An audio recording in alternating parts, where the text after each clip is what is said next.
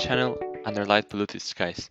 Today, we are going to explain the most common telescope types available for the amateur hobbyist, their basic optical design, and the most relevant pros and cons of each type. It is not our intention to perform an exhaustive review of all technical and optical characteristics of these models, and we are not going to cover all possible types either. It's all about explaining basic concepts for those willing to start in this wonderful hobby, so they can better understand the jargon they will find when thinking about their first equipment purchase. Remember that the best telescope is the one that you use frequently, and not necessarily the most expensive or sophisticated one. The important thing is to go out there and enjoy the beauty of the night sky. Let's start with the model which is traditionally associated with a telescope, the refractor. This telescope type uses glass lenses inside an opaque tube to direct incoming light towards a focal point, using a simple path and forming an image at the focal point. This design is not only common in telescopes, but we can also find it in many areas, such as the lenses of a camera. Within refractors, we will normally find two variants, achromats and apochromats. In achromats, which are simpler and less expensive, we may find one or two lenses at the front of the objective, and they suffer from an optical problem called chromatic aberration. This is due to the fact that wavelengths of the three primary colors, red, green and blue, will not focus exactly at the same point after dispersion when crossing the glass lenses. Such dispersion produces a violet halo around the brighter objects, as you can see in the outer edges of this lunar image. By contrast, apochromats introduce low dispersion glasses and/or additional optical elements to correct most of this problem. Therefore, they are more expensive due to special glass and elements that they are using. The other type most commonly found is the reflector, which uses mirrors to form the image at the focal point, instead of lenses. The type that we can usually find in several brands is the Newtonian reflector, in which we will find a primary mirror at the end of the tube, normally describing a parabola, that bounces the light back to a small and flat secondary mirror, tilted 45 degrees, directing the light onto the eyepiece that we will use to look through. There are other types of reflectors, such as the Gregorian and the Ritchie-Chrétien, but we will use the classic Newtonian to explain some of their optical issues, as we did with refractors. In a Newtonian reflector, the main problem is an optical aberration known as coma, produced by the parabolic curve of the primary mirror, which means that it cannot focus perfectly the light paths at the outer edges of the mirror, making the stars near the edges have an elongated comet-like shape, hence its name.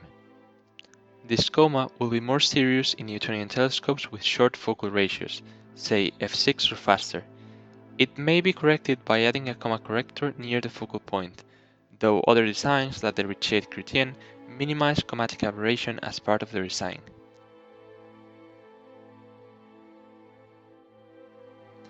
Being the most commonly used to start in the hobby, let's make a quick comparison of their basic advantages and disadvantages.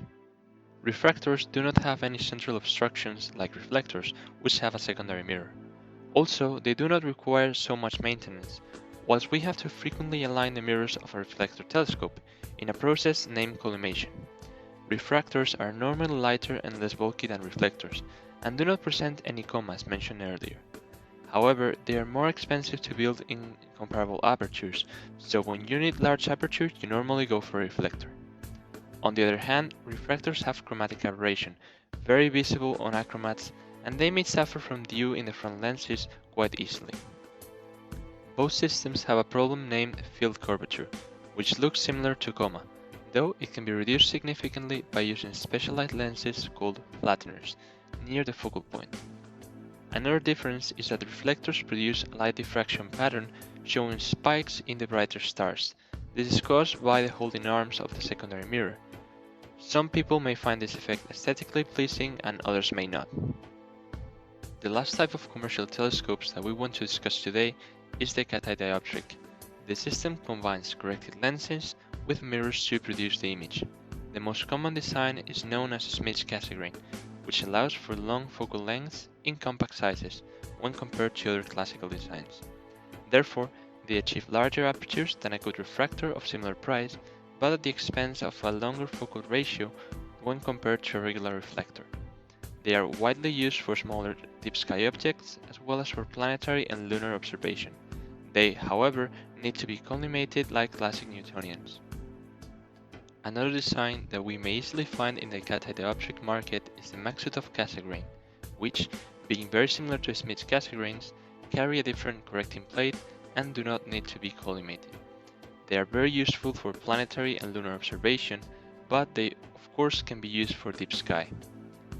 There are many other types and combinations of the designs mentioned before that we will not describe in this video as to avoid overcomplicating things.